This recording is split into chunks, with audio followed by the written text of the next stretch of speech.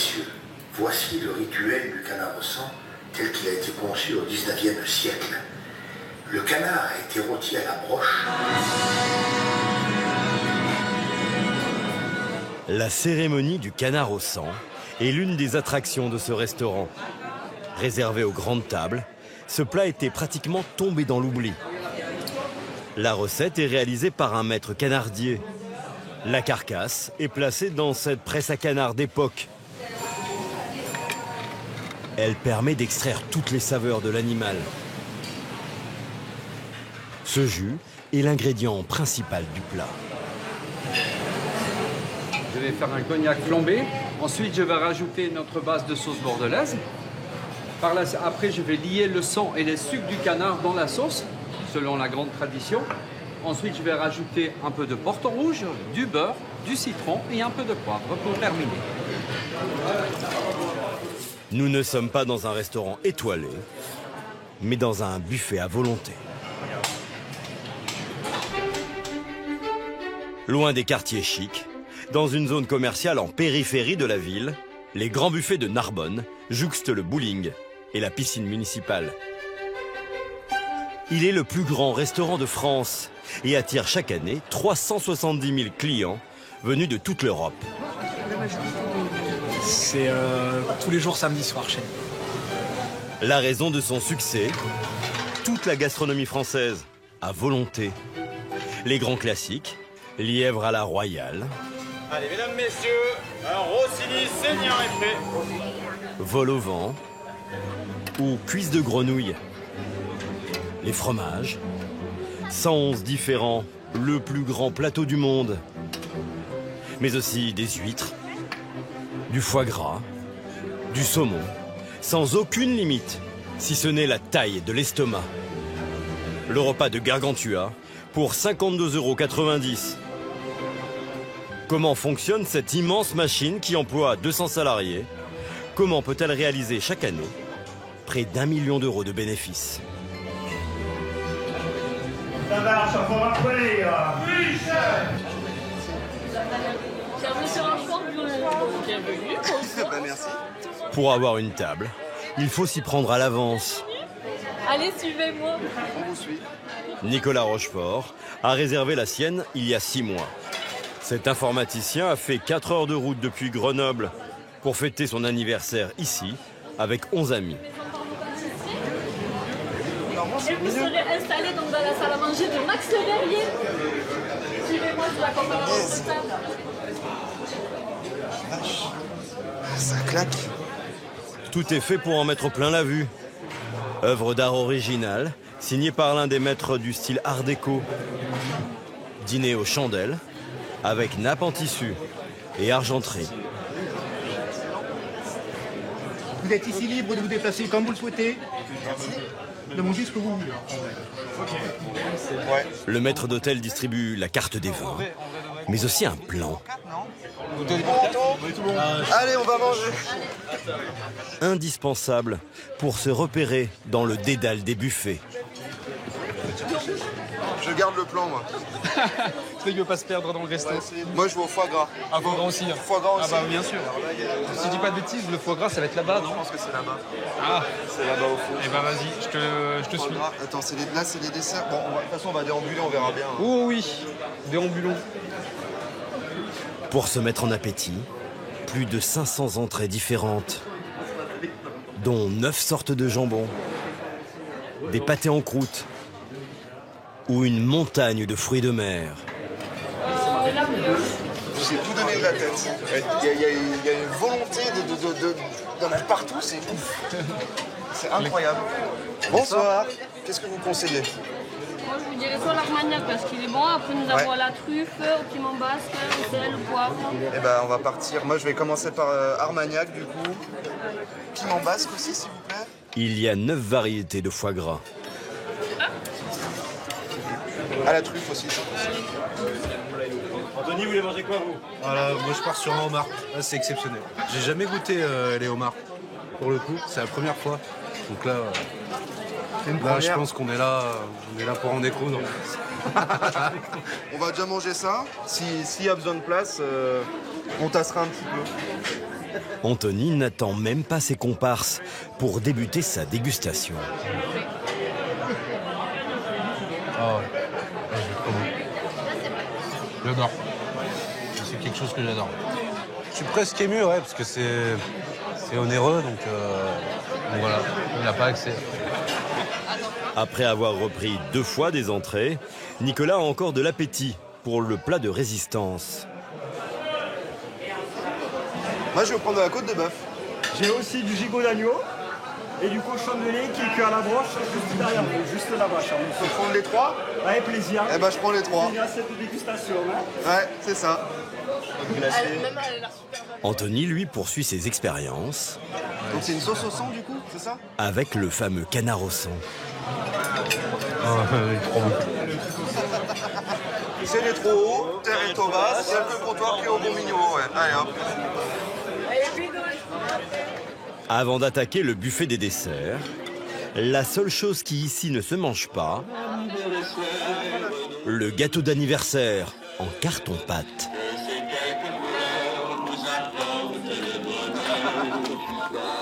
Mais tout n'est pas à volonté. Les boissons sont en supplément. En plus des 52,90 € du buffet, Nicolas et ses amis vont payer chacun 15 € pour 5 bouteilles de vin et les cafés. Et merci à tout le monde d'être venu, en tout cas, vraiment. Merci beaucoup. Ici, le ticket moyen est de 66 € par convive.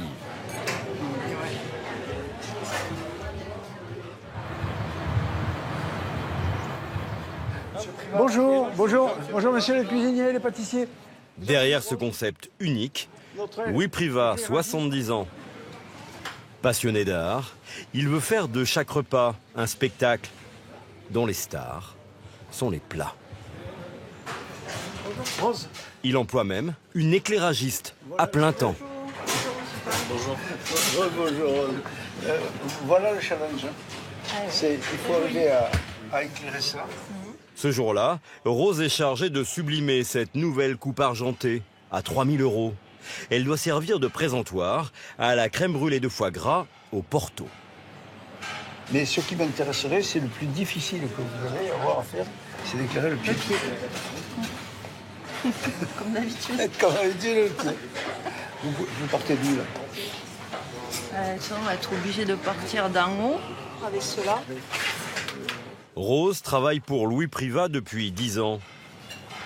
Pour illuminer le buffet des foie gras, elle a déjà installé 30 petites lampes. Ouais, déjà ça vient là. Ouais. L'idée, c'est d'avoir un éclat ou deux de lumière sur le truc qui attire l'œil. Là, allez-y. Voilà. Parfait. Ouais, vous l'avez là. Et vous demandez des trucs impossibles parfois? Toujours. Rien n'est impossible. On peut toujours discuter. Dans le restaurant, en tout, 2000 points lumineux. Et à la rôtisserie, comme sur une scène de théâtre, une poursuite accompagne la progression des grilladins. Encore plus technique, la cascade de homard. Sa machinerie a nécessité 6 mois de travail et a coûté 100 000 €. On dirait qu'il fait le saut de l'ange. C'est extrêmement complexe. Il y a un niveau technique et de technologie qui est évident. C'est le brouillard qui descend, c'est les cristaux de glace qui tombent également. On a une centrale de production de glace sur le toit. L'intérieur, le cœur, qui est habité par un serpentin qui maintient réfrigéré. Et il faut que ce soit beau à l'arrivée. Louis Privat a dépensé 18 millions d'euros pour l'aménagement et la décoration fastueuse. Un goût du spectaculaire, hérité de ses passions de jeunesse. Dans le livret de son cousin, repas hebdomadaire en famille. Ça va, mamie? Oui. Il faut que j'ouvre la mienne, moi. Cet épicurien a d'abord connu une courte carrière d'acteur dans la compagnie théâtrale des Greniers de Toulouse. Mais une fois père de famille, il choisit la sécurité, expert comptable. Mi-artiste, mi-gestionnaire, c'est finalement comme restaurateur qu'il va s'épanouir. En 89, il gagne un appel d'offres de la mairie de Narbonne qui souhaite ouvrir une cafétéria dans un complexe sportif. Louis y investit toutes ses économies, 300 000 €. avec une idée novatrice pour l'époque.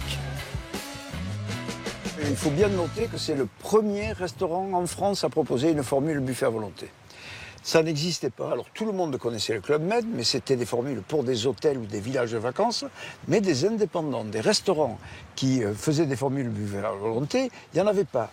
Donc je ne doute pas et je me dis, tiens, on y va, on n'a pas de modèle économique de référence, mais après tout, si on est très... Voilà, ça peut marcher. Allez les amis. Dès le début, le buffet cartonne. En 2009, Louis décide de monter en gamme. Mais comment être rentable en proposant cette fois des huîtres ou du foie gras à volonté?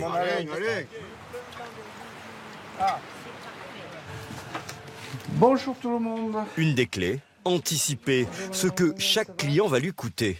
L'ancien expert comptable tient depuis des années des statistiques pour recenser au gramme près ce qu'un client moyen consomme. Tomates cerises bio, les carottes bio, les poireaux bio, les tomates bio. Donc tous ces articles-là, ils sont suivis au gramme près, au prix de revient près. On va prendre les germes de lentilles. Vous voyez, là, on est sur des portions par couvert de 2 grammes. Ça atterrit sur un prix de revient à la portion qui est 0,005 euros par couvert. Le restaurant affiche complet plusieurs semaines à l'avance. Donc le nombre de couverts ne varie pas d'un jour sur l'autre. Mais qu'en est-il du goût des clients? Là, vous avez à peu près 50 grammes sur le foie gras, mais si tout d'un coup, il en mangeait 60 grammes par jour, le consommateur. Non, mais là, vous parlez d'une hypothèse qui n'est pas réaliste parce qu'elle n'existe pas.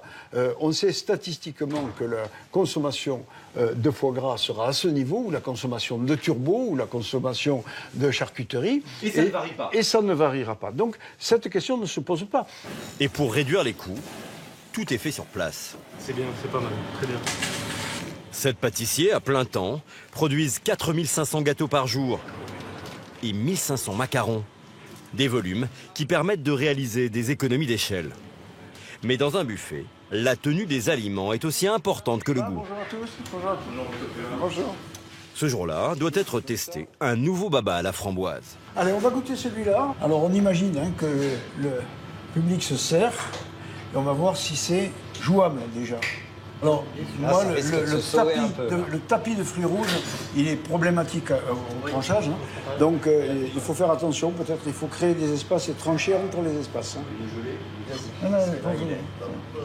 Si le gâteau ne reste pas impeccable jusqu'à la fin du service, allez, encore une autre. Il risque de ne pas être consommé par les clients. C'est une catastrophe, là. Ouais, c'est un essai. Ça s'appelle un essai. Ça, c'est pas satisfaisant en termes de look, une fois que le gâteau est entamé. Mais est-ce qu'on sait faire un appareil qui aurait plus de tenue? Un peu plus serré, oui. Ça, c'est possible. Allez, oui. Si elle était un petit peu plus dense, elle resterait et elle viendrait plus facilement avec la portion. Ce baba sera finalement proposé exclusivement en format individuel. L'an dernier, Louis Privat a augmenté son menu de 10 € pour faire face à la flambée du prix des matières premières, mais aussi pour augmenter ses salariés de 30%. Grâce à cette décision, son directeur de restaurant n'a aucun mal à recruter. Bonjour les amis. Il a reçu en 6 mois 1500 CV. Aujourd'hui, on va commencer par vous présenter les nouveaux entrants. Pour ceux qui ne l'auraient pas encore vu, je vous présente Virginie qui nous rejoint. Virginie, 53 ans, a démissionné d'un poste de serveuse dans un restaurant de bord de plage pour gagner ici 700 € de plus. Salaire net, 2300 €. Avec, comme tous les serveurs, un emploi du temps resserré. Les conditions de travail m'intéressaient. 4 jours de travail, 3 jours de repos. Moi, tous les matins, je peux emmener mes enfants à l'école. Après, bon, c'est une organisation les jours où je travaille pour les récupérer. Et après, les 3 jours, je profite à fond de mes enfants. Donc, moi, j'adore. Donc l'idée, c'est tout bête, c'est que déjà, on n'a pas confiance dans nos collègues, jamais. Donc on vérifie à la table un entier, tout le temps. De meilleures conditions de travail, mais un standing à assurer. Simon, chef de rang depuis 4 ans, attend d'elle un service digne d'un restaurant gastronomique. Voilà, petit défaut, la cuillère, elle n'est pas dans le bon sens. On a le double de couvert qu'un restaurant classique. On met fourchette, couteau à poisson de base. Et comme on est sur un service buffet, on met déjà la petite cuillère pour le dessert, sachant qu'également, les gens peuvent aller au dessert dès l'entrée chez nous, donc c'est des choses qu'on peut voir. Donc c'est pour ça qu'on est prêt à toute éventualité. On a également la coupe à champagne, qui n'est pas forcément sur chaque table de France dans les restaurants. Moi, je suis convaincu qu'avoir une coupe de champagne sur table, ça permet de vendre plus de champagne. Oui. Exactement. Ça a été, monsieur? Vous avez bien mangé? Ça a Très été bien, ça va. Bon, Merci. super. Merci. Attention, juste aux phrasés qu'on emploie. Oui. Vous avez bien mangé? Est-ce que ça vous a plu, madame? Ouais. Peut-être un peu plus d'essai. Qu'est-ce qu'il y avait ces mots-là? Il y a des phrases chez nous qui sont proscrites comme le ça a été, phrase qui ne se dit pas. Est-ce que ça vous a plu, madame? C'est quand même beaucoup plus joli, simplement. C'est un protocole à assimiler. Donc voilà. Parce que c'est vrai qu'on n'a pas trop l'habitude en restauration traditionnelle de procéder comme ça. Ça va, madame? Ça vous a plu? Oui. Contrairement aux serveurs de brasserie, pas besoin de prendre les commandes ou d'apporter les plats, puisque les clients se servent eux-mêmes. Allez, monsieur, je suis là. Mais Simon et Virginie débarrassent beaucoup plus que dans un restaurant classique. Vous allez bien, monsieur? Les clients utilisent en moyenne 7 assiettes par repas. Mettre les assiettes, comme ça. Oui, en fleurs. Et là, ça bouge pas. OK. L'idée, c'est de pouvoir en mettre plus pour être plus efficace et faire moins d'allers-retours, simplement. Virginie, vous vous sentez de mettre autant d'assiettes sur une... Alors, dans un premier temps, non, je ne mettrai pas autant d'assiettes. Hein. Il y a combien d'assiettes sur le plateau, Simon? Là, une petite dizaine, je pense. Pour un nombre de couverts équivalent, le restaurant emploie 1,5 fois plus de personnel en salle qu'une grande brasserie parisienne. On vient directement se mettre en place ici. Cher monsieur Brie. Merci. Cher madame Brie, bonjour. Bonjour, monsieur. Vous bien suivre, madame, monsieur? Oui, bien sûr. Monsieur, madame, bien. Ravi de vous accueillir à nouveau. Oui. Je sais pas si vous vous souvenez, c'était déjà moi votre serveur la dernière fois. Le visage me disait quelque chose, effectivement. Simon n'a pas un talent de physionomiste, mais il a une fiche informatique pour chaque client qui indique sa ville d'origine et s'il est déjà venu, la personne qui l'a servi et le vin qu'il a bu. Ce midi, vous allez déjeuner dans la salle à manger Jean-Baptiste Nolin, la tante Lapara. Allez, allez, À votre anniversaire. Anthony et ses amis viennent ici chaque année depuis 2012. Mais t'en as tellement partout, t'as deux doigts de prendre un plat principal au lieu de prendre du foie gras ou le plateau de fromage. Passés experts, ils ont mis en place une stratégie. Se mettre à la diète les jours qui précèdent. Quand on vient ici, on peut pas être raisonnable. Mais non, bien sûr. On sait très bien qu'on va prendre 1 kilo. Voilà. Donc on l'a perdu avant, parce qu'on sait qu'on va le reprendre en arrivant ici. Voilà. Et des crevettes, différents saucissons, confit d'oignon, du jambon, la mayonnaise maison. On se fait violence aujourd'hui. Pour être honnête, dans un restaurant, on ne mangerait pas une telle quantité. On est foutu, on mange trop. On est foutu, on mange trop. On est foutu, on mange trop. On est foutu, on mange trop. Mais qu'est-ce qu'on fera quand on sera gros? On est foutu, on mange trop. Papa Mambo. On est foutu, on mange trop. Mais qu'est-ce qu'on fera quand on sera gros? Est-ce que parfois vous prenez trop de choses que vous finissez pas? Non, bah nous on n'aime pas le gâchis, donc voilà. On prend des petites quantités, ça évite le gâchis. Et on finit toujours nos assiettes. Et on finit nos assiettes. Pendant notre tournage, nous avons effectivement constaté que la majorité des assiettes repartaient vides. Selon le patron, le gaspillage serait équivalent à celui d'un restaurant classique. C'est gentil, monsieur, merci beaucoup. C'est très gentil. Même le billet, le signer. Ça va passer à la télé. Louis Privat, lui, n'est pas rassasié. Il envisage de quitter Narbonne pour ouvrir un temple de la gastronomie avec salle de spectacle, épicerie, hôtel et un buffet encore plus gargantuesque. La prochaine fois, j'irai chez le chirurgien pour lui demander de me mettre un deuxième estomac.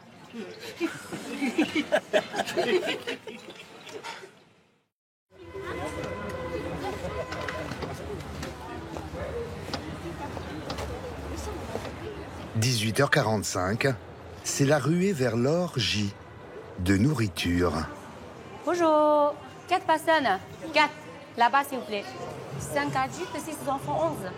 Par là, s'il vous plaît. Salle, s'il vous plaît. Certains font la queue depuis une demi-heure.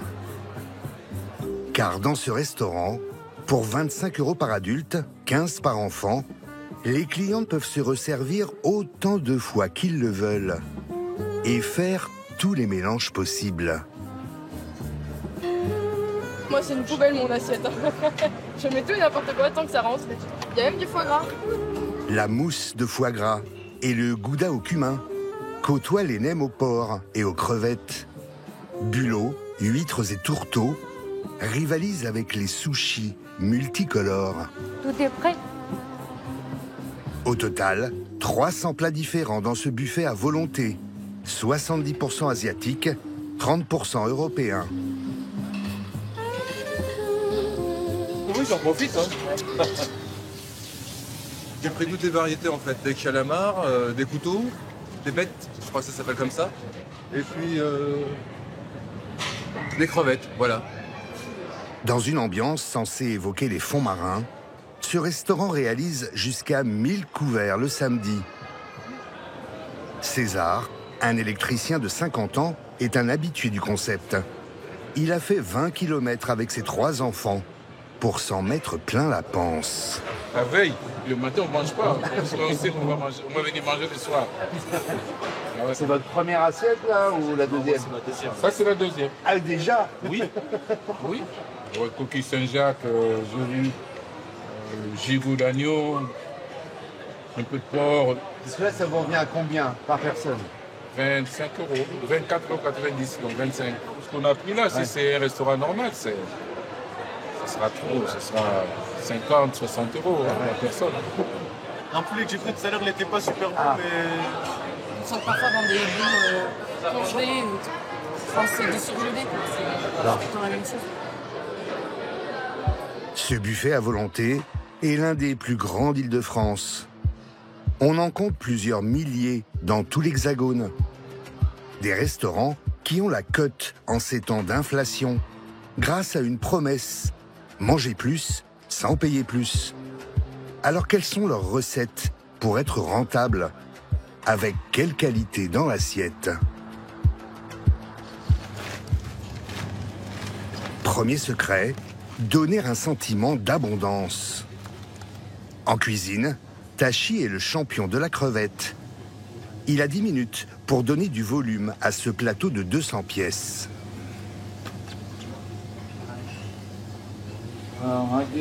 Je fais une rosace, comme ça,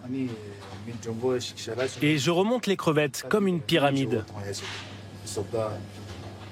Il faut que ce soit le plus esthétique possible. Quand le client se retrouve face au buffet, il faut qu'il se dise « Waouh, c'est super beau !»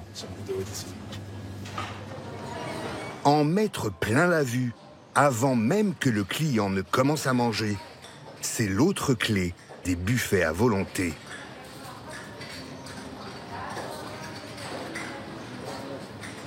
Alice, Liana, des oignons surés.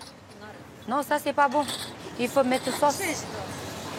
Angela, la directrice du restaurant et ses équipes ont 1h30 pour disposer 2 tonnes de victuailles sur 100 mètres de buffet, avec un dressage au millimètre pour impressionner le client.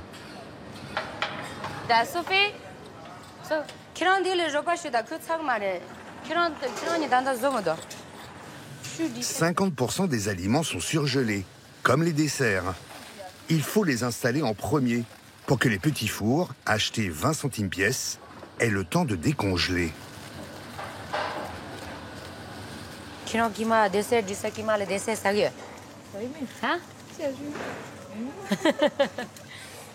Contrairement à ce qu'on pourrait penser, les clients ne se resservent pas tant que ça.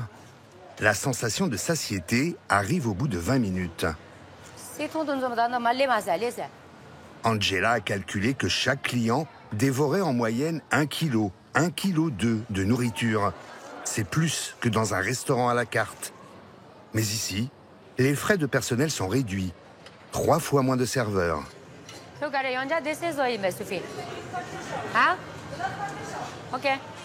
Grâce à cette économie, le restaurant gagne en moyenne 2 € sur chaque formule.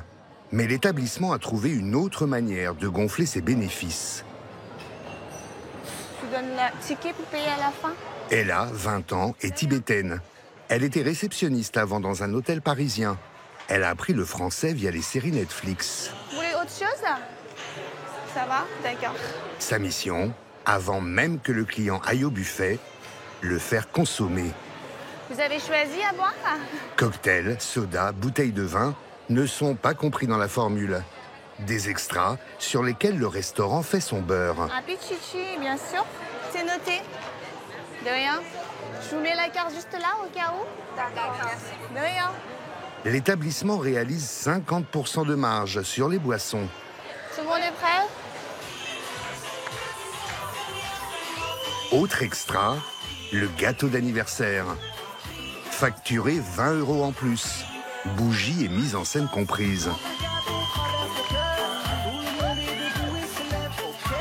Comme il n'y a pas de petit profit, le restaurant a même instauré un système d'amende pour ceux qui ont les yeux plus gros que le ventre. Ce dessert-là, vous allez finir? On va pas commencer.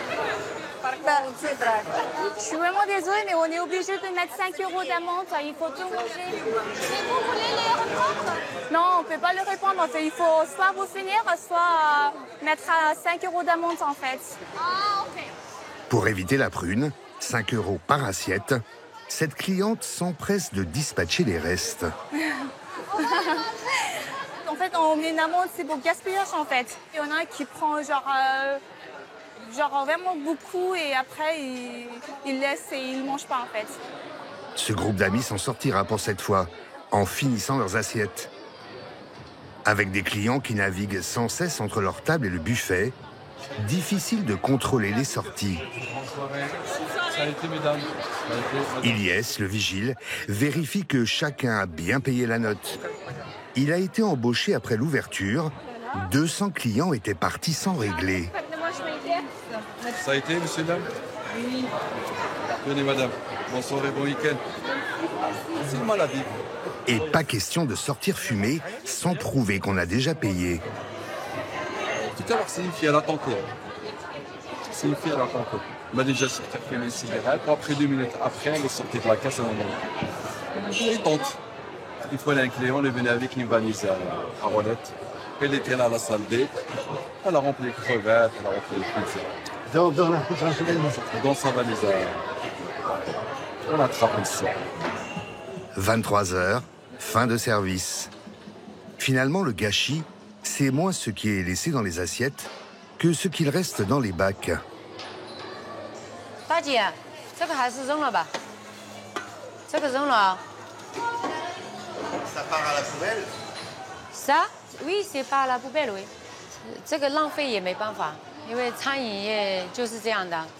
你如果留下来，明天客人吃了，吃到不舒服，或者是吃出什么毛病来了，然后又得投诉，然后又得花一大堆的那个去处理这件事情。哎，刚刚你肉摆说的，你要接单的。 Ce soir-là, le restaurant tablait sur 1000 clients. Il y en a eu 150 de moins. 200 kilos de nourriture gâchée. 3 à 4 fois plus qu'un restaurant traditionnel de même taille. Angela compte bientôt mettre en place un service de dons pour que des associations caritatives récupèrent les restes comestibles.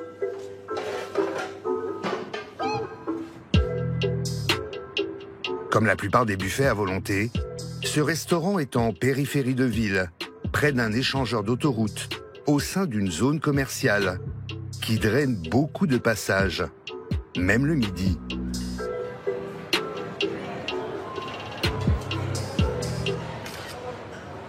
Henri Chen, 40 ans, est le propriétaire du restaurant. Il alimente en permanence la page Instagram de l'établissement pour tenter de redorer l'image des buffets à volonté qui n'ont pas toujours bonne réputation.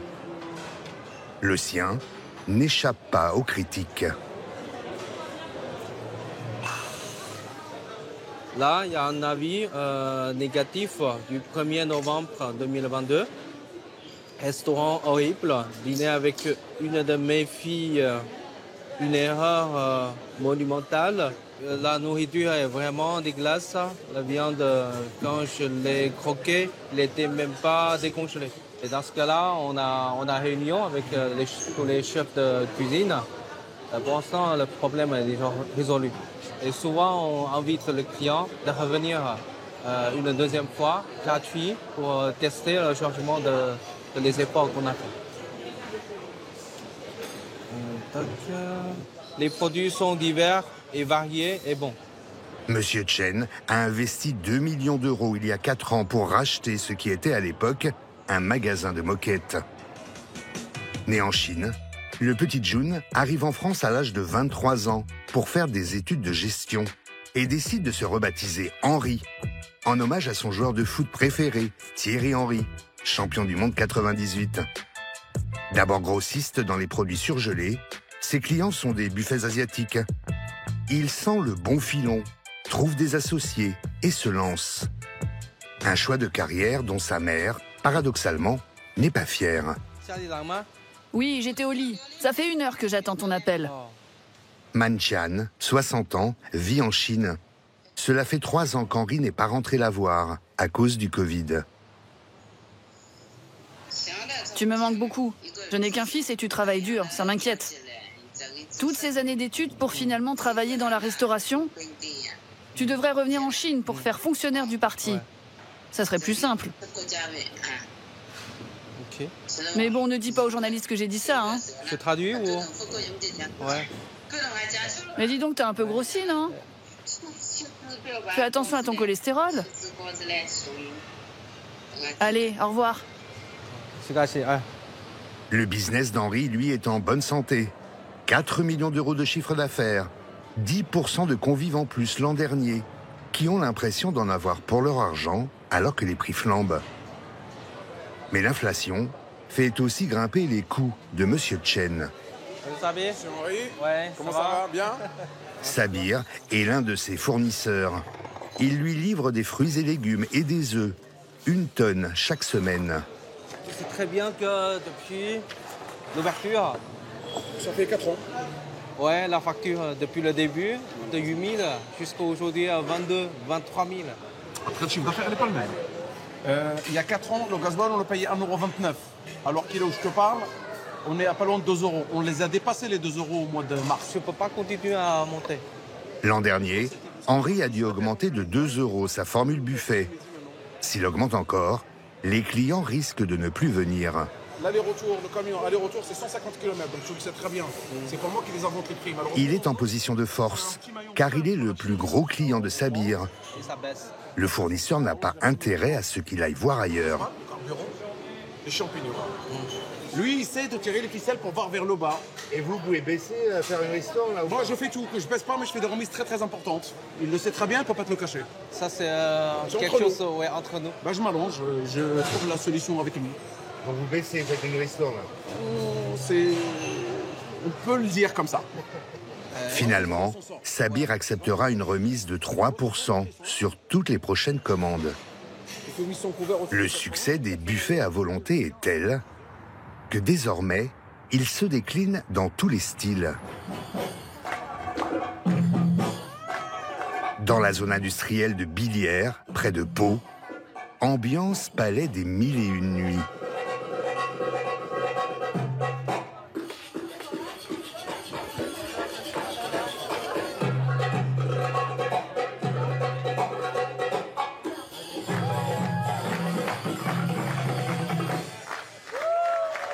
Dans un décor de stuc marocain, un buffet moins tape à l'œil, sans huîtres ni foie gras. Mais les plats sont frais, cuisinés, quasiment pas de congelés. Couscous et tagine à volonté, pour 20,90 €, 9 € pour les enfants.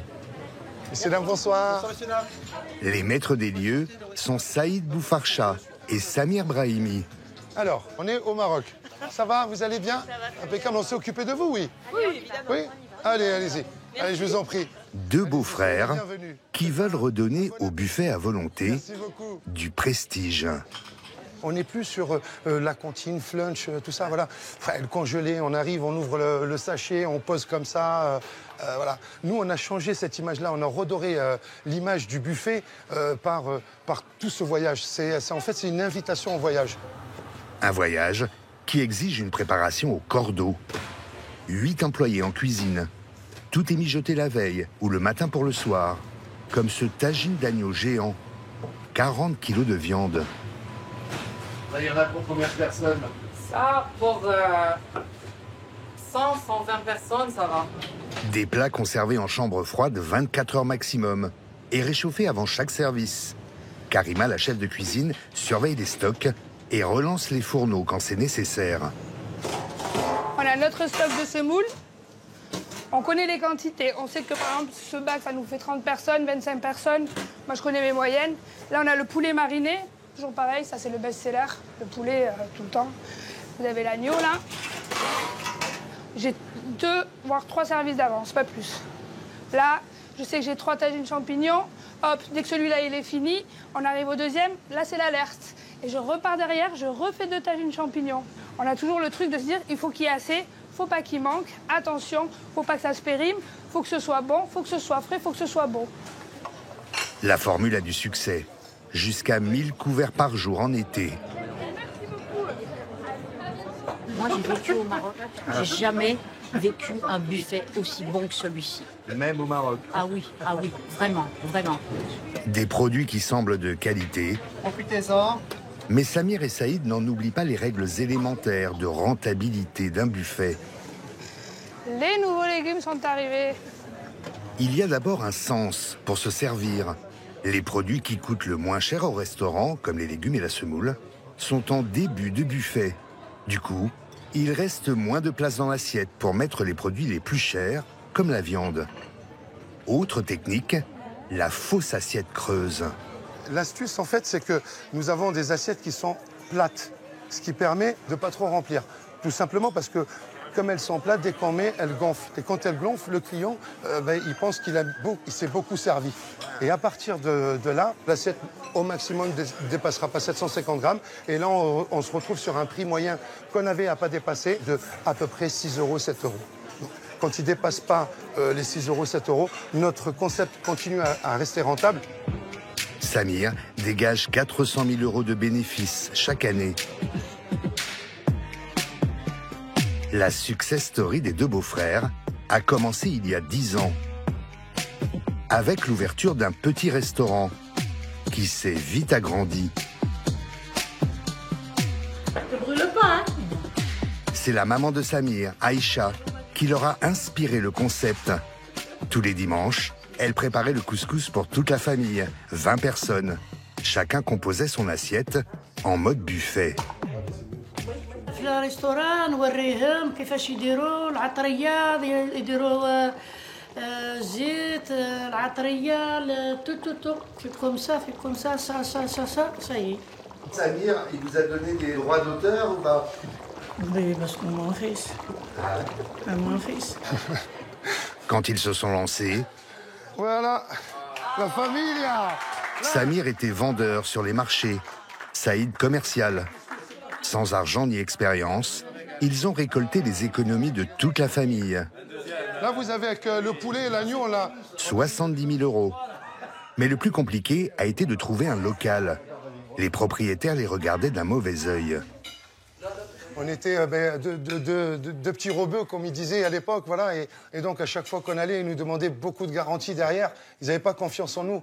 Et un jour, mon beau-frère, il m'a dit, tu sais, on va essayer de trouver une personne qui, lui aussi, a des difficultés pour louer son local. Et c'est là où on est parti ouvrir le premier restaurant, qui n'était pas très bien placé. Mais comme l'idée n'existait pas, la curiosité faisait que les gens, après, venaient voir. Aujourd'hui, Samir et Saïd ont fait de la tradition familiale une chaîne de restaurants. Déjà 8 buffets marocains dans le sud-ouest. Ils cherchent à en ouvrir un 9e. Donc les axes routiers comme ça, quand il y a 2 voies, tu vois, c'est ça qui est intéressant, parce que ça signifie vraiment qu'il y a de la circulation en double voie. Les centres-villes et leurs loyers très chers ne les intéressent pas. Ils préfèrent la France des ronds-points, comme dans cette zone d'activité de la banlieue de Tarbes. Tu as différents stades, foot et rugby, donc c'est vraiment un grand centre sportif. Il doit être mélangé aussi avec les hôtels, je vois, voilà, les hôtels. Les hôtels aussi également. Le parc des expositions, donc ça a l'air d'être... il y a bien 5-6 000 personnes qui peuvent rentrer dans ce parc, tout ce qui est bureau. Voilà, surtout que là, on arrive. Les beaux-frères vont déchanter. Le local qu'ils viennent visiter n'est pas en bordure de National. mais en deuxième ligne. À droite, 2 hangars le cachent de la double voie. L'agente immobilière s'est déplacée pour rien. Ah mince alors. Si vous voulez que ça dure, en plus, Je peux pas enlever une ligne. Nous, notre franchisé demain, on ne peut pas lui expliquer comme ça. Nous, il faut qu'on lui garantisse quand même un minimum de chiffre d'affaires, un minimum de sécurité pour qu'il puisse envisager de s'investir à fond avec nous. Hein. Samir et Saïd sont déjà sur le coup d'après, à 150 km de là, à Toulouse. Ils ont repéré un autre local de 700 mètres carrés qui semble répondre à tous leurs critères. Ok. Rendez-vous a été pris avec le couple de propriétaires et un agent immobilier. Tous les murs sont pas porteurs, en fait, tout tombe. C'est quoi, c'est du parpaing ou c'est du Chiporex? Parpaing. Parpaing? Et il serait où le buffet alors? Ah, le buffet, dans ce que je vois, donc on a les arrière-cuisines ici, donc le buffet serait plus ou moins ici. Ici, ce serait très bien, ouais. Saïd s'y voit déjà. L'arrière-cour ne fait pas rêver, mais lui imagine ses clients dans une oasis.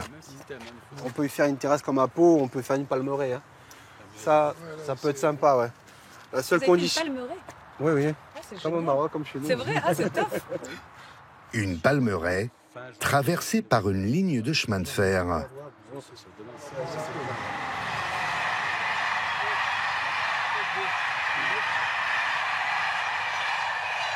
Ça va être compliqué pour la terrasse, là, non? C'est un peu compliqué.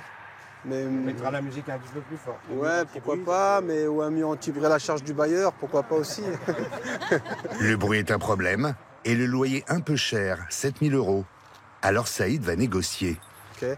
Après, nous, d'origine maghrébine, monsieur va devoir descendre un petit peu. Et s'il veut vraiment pas, on va pouvoir peut-être discuter de monter crescendo. Du 4 500, 5 000 € par mois la première année, passer à 6 000, à 7 000 un peu plus tard pour que tout le monde soit satisfait. 8 000, 9 000 après, alors comme ça. Je pense pas, non. S'ils font affaire, une fois les travaux réalisés, ce nouveau buffet pourrait ouvrir d'ici 1 an. Il sera construit sur le même modèle que les autres restaurants de la chaîne. Un concept standardisé, géré en franchise, que Samir et Saïd surveillent de très près. Attends, mais c'est ça ton café, tu viens avec... Ce matin-là, contrôle inopiné chez Younes et Laetitia, d'anciens géos du Club Med, devenus gérants il y a 3 ans. Samir leur avait dit qu'il viendrait seul prendre un café. En fait, ils sont 4 à débarquer. Ce fameux café? Il y a Nora, sa femme, Salam, ça va? Ça va bien? et Mimouna, sa sœur, Bon, là, je vois que c'est bien entretenu, les bougies partout. les gardiennes du temple. Ici, même déco, même ambiance, même buffet que dans le restaurant d'origine. Les franchisés doivent respecter un cahier des charges ultra précis, le MANOP, le manuel opératoire, rédigé par Nora, et ça ne rigole pas. Younes, chou, cacahuètes. Est-ce que ça fait partie du manop et pourquoi ils l'ont fait comme les betteraves? Ce matin-là, un des cuisiniers a préparé du chou et des betteraves. Pas très buffet oriental, mais plus rapide à faire que le zahalouk marocain, un caviar d'aubergine à la tomate et au cumin. À chaque fois, mon problème avec vous, c'est ça. Ils sont têtus. Moi, je veux que quand un Français va manger à Arcachon, va manger à Anglet, va manger à table, on retrouve les entrées pareilles, qui ne nous disent pas à nous forcément sur les sites quoi que ce soit. Ouais, là-bas il y avait du chou, c'est pas marocain. Il y avait des betteraves, ça n'a rien à voir. Et ça, c'est vraiment pas bon pour nous. Et c'est là où je lâche pas, ou que vraiment je vérifie, c'est le buffet le plus important. Si je vais là, c'est pareil, ils n'ont pas mis les briques. À 70% des clients après le couscous, c'est les briques. Elle les a pas vus, les clients, ils les ont pris. Donc, alors quelle heure il est 14h moins le quart, ils sont censés en remettre. Juste le tapis. Oui, c'est le papier qu'elle a mis. Alors. Laetitia aussi en prend pour son grade. On est sur l'arrière de l'encaissement. Il se peut qu'un client, après avoir encaissé, en se retournant, il puisse tomber. Donc ça, c'est quelque chose qu'il faut régler très vite. Vous avez du double face là en attendant ou pas? Oui, on va en mettre. Ouais. Laetitia et Younes se voient remettre un rapport détaillé. Ils devront corriger leurs erreurs avant le prochain contrôle, dans 3 mois. Le chou, je veux pas ça, je veux pas les betteraves. On le sait très bien. Un gérant peut prendre un avertissement si la charte n'est pas respectée. Trop d'erreurs, trop souvent, et il perd sa franchise. On est bon. Les seuls qui peuvent se permettre une entorse au fameux Manop sont Samir et Saïd. Ce soir-là, dans leur restaurant de Pau, ambiance brésilienne. Et Patrick Sébastien. Avec 12 millions d'euros de chiffre d'affaires par an, les deux associés ne comptent pas s'arrêter. Ils ont ouvert l'an dernier une première enseigne en région parisienne, près de Fontainebleau. Objectif 2025, 20 buffets à volonté marocains partout en France.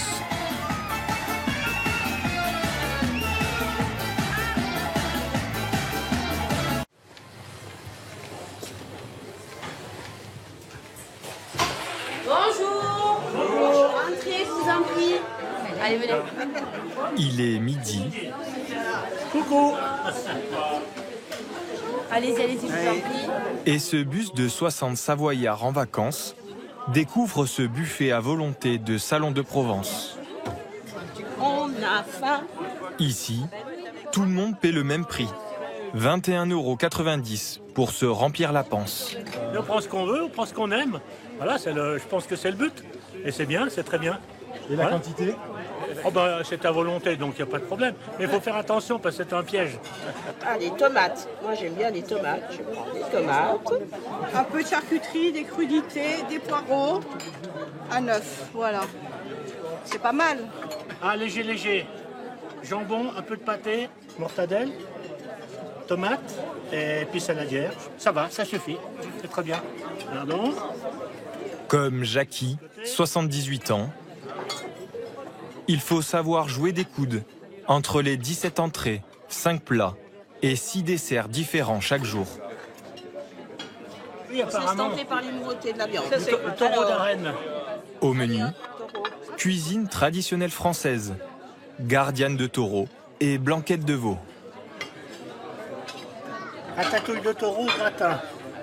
Et ça fera le joint. C'est super. Il y en a encore pour le dessert là ? Oui, ça va aller. Oh, il n'y en a pas trop là. Si certains se disent gourmets, la plupart sont surtout gourmands.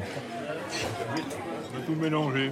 Tomates, poireaux, des pâtés. Hop, tout ce qui rentre les ventres. À la table de Jackie, c'est Christian qui semble rentabiliser le mieux son repas.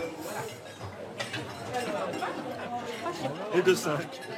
Encore ? Ah bah oui. Bah dis donc. Aïe, aïe, aïe. À un moment donné, on les compte plus.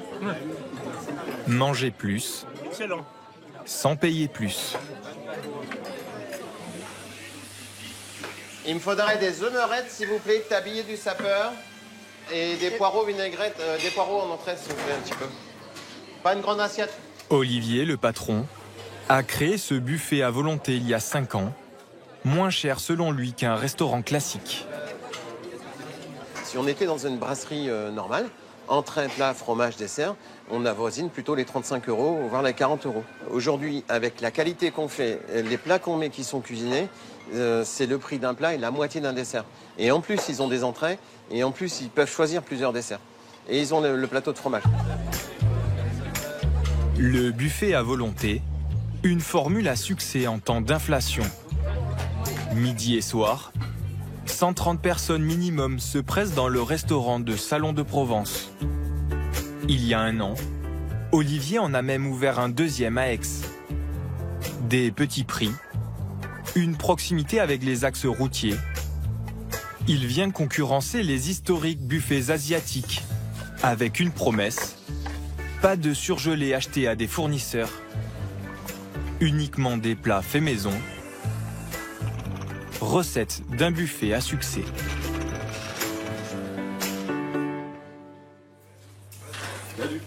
Pour approvisionner les 2 restaurants, tout est préparé dans une cuisine centrale par les 2 chefs, Stéphane et Jonathan. Je me mets sur les palerons. Ouais, ok. Moi, je mets sur la joue. Sur les joues, ou alors tu veux qu'on se tape les légumes maintenant tout de suite à 2, comme ça. Comme ça, au moins, on envoie toutes les bases et on y va. Quoi. Allez, feu! Jonathan, 40 ans, travaillait dans un étoilé. Stéphane, lui, était saucier dans un gastro. Aujourd'hui, ils sont épaulés par 3 pâtissiers et un commis pour nourrir en moyenne 300 clients quotidiens dans les 2 buffets. Alors forcément, les quantités sont astronomiques. Le paleron, j'en ai 40 kilos. Aiguillette de rhum steak, très beau morceau ça de viande, 30 kilos. Magret de canard, pareil, 30 kilos. Chaque jour, les chefs doivent préparer entre 4 et 6 plats avec des viandes différentes. Là, je vais blanchir, c'est pour une blanquette de veau à l'ancienne. Un steamer de 100 litres et un drôle d'ustensile. Là, c'est une spatule. Alors, ça fait comme à la maison, une cuillère, une spatule en bois. C'est une pagaille, voilà. On se croirait un peu à Venise. On se croirait un peu à Venise, à pagailler. Des proportions dignes d'une cantine scolaire. Mais ici, les plats vont mijoter entre 1h30 et 5h, comme cette joue de porc sauce basquaise. Là, c'est la base, mais après, là, j'attends que vous soyez partis, puis je vais ajouter mes petits secrets après. C'est quoi vos petits secrets? Là, ce que j'aurais pu faire, c'était flamber avec l'alcool de thym. Comme le bourguignon, il y en a des fois qui rajoutent un peu de chocolat. Il y en a qui mettent de la crème de cassis. Bon, après, stop. Voilà, il y a plein de petites choses et c'est ça qui est beau dans la cuisine. Produire du fait maison en grande quantité permet de faire des économies sur la matière première et la main-d'œuvre. Mais le risque, c'est d'en jeter une partie. Alors ils ont eu une idée, le sous-vide.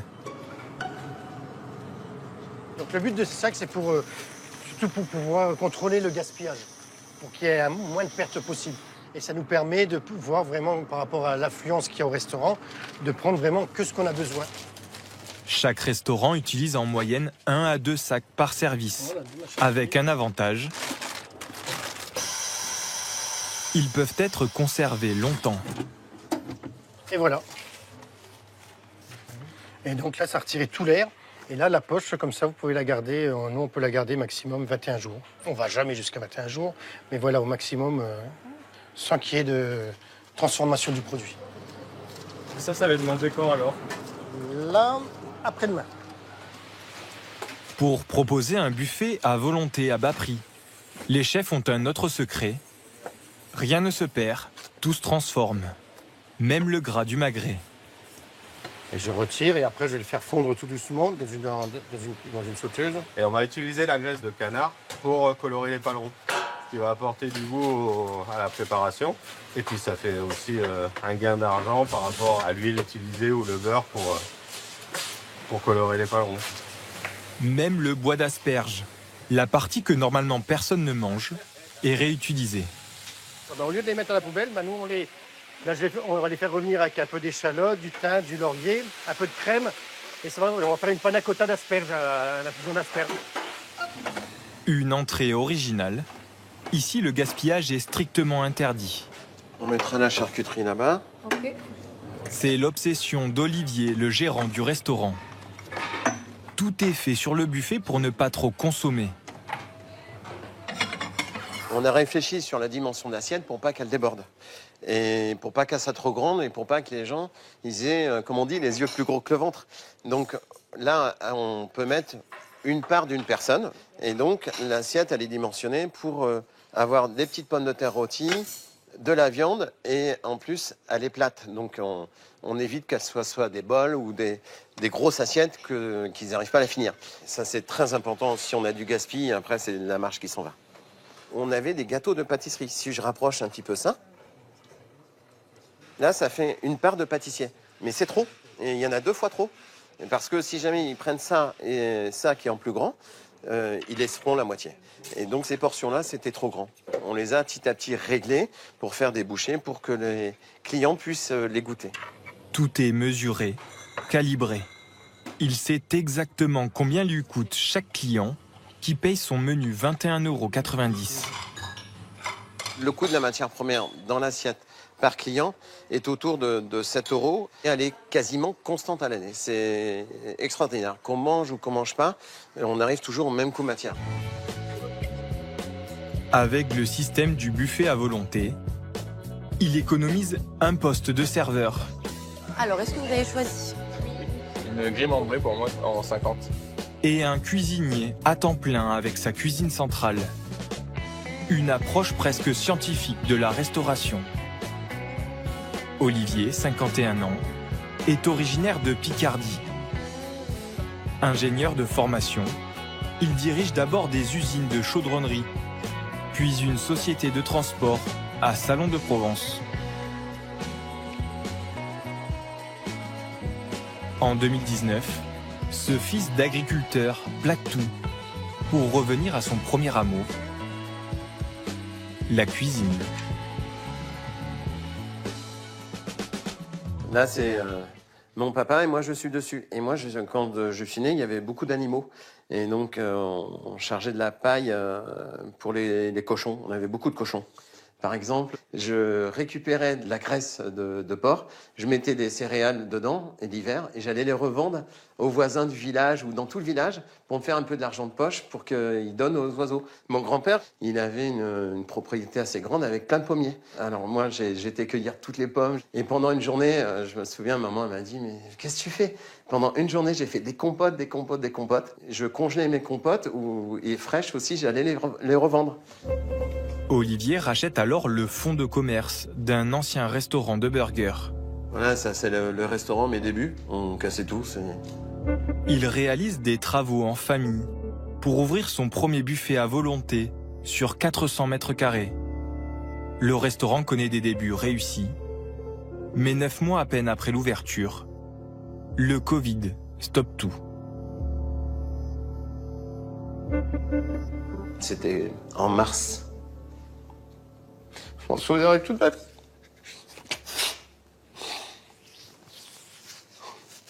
Le jour de l'annonce, c'était un samedi soir, quand le président a annoncé les fermetures de tous les établissements. C'était, je m'en souviens, j'étais sur le comptoir, je effondrais.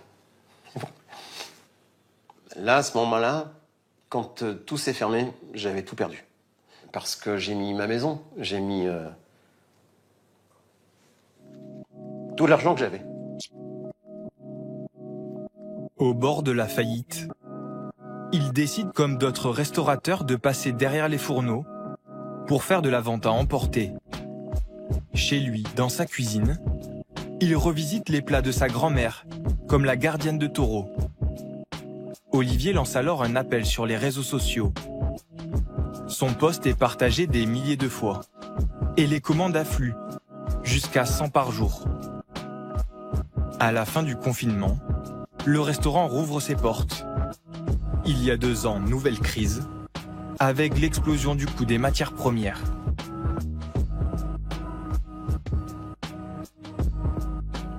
Ah, crème fraîche. Allez, comme au rugby. Non. Lance. Non. Mais grâce à ses buffets à volonté, Olivier peut limiter la casse. Chez lui, pas de carte fixe, comme dans un restaurant ordinaire. Il peut proposer ce qu'il veut à ses clients. Stéphane ?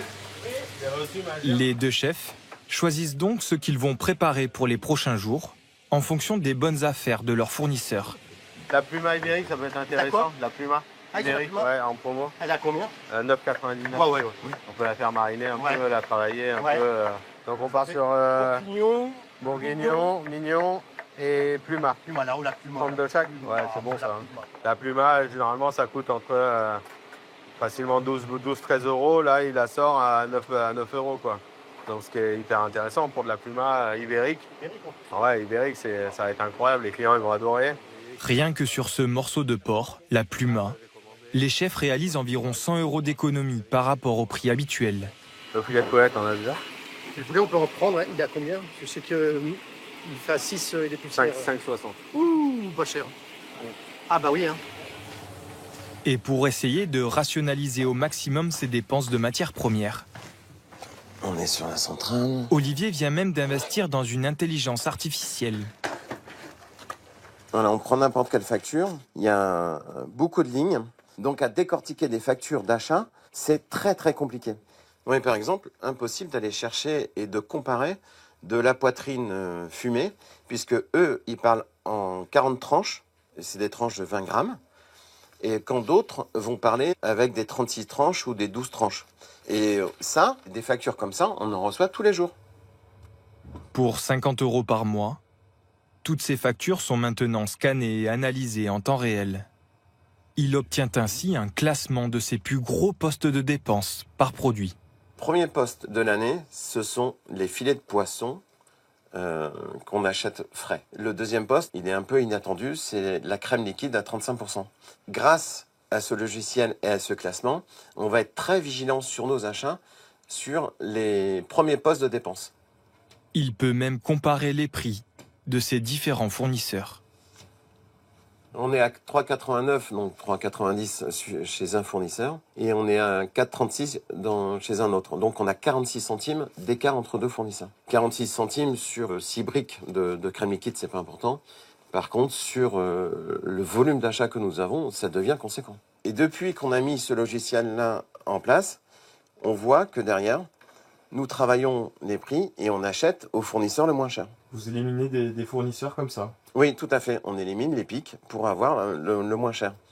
Avec l'intelligence artificielle, Olivier espère à terme économiser environ 1 000 € de matières premières sur les 45 000 € qu'il dépense en moyenne chaque mois.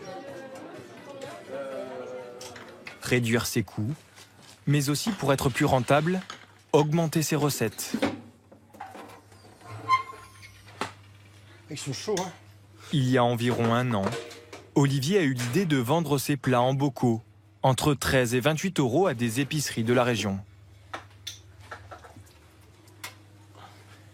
Ça permet de compléter le chiffre d'affaires et surtout de travailler en temps masqué. Le temps masqué, en clair, une optimisation de ses salariés. On fait 3 à 3. Quand les chefs ne cuisinent pas pour les restaurants, ils préparent des bocaux.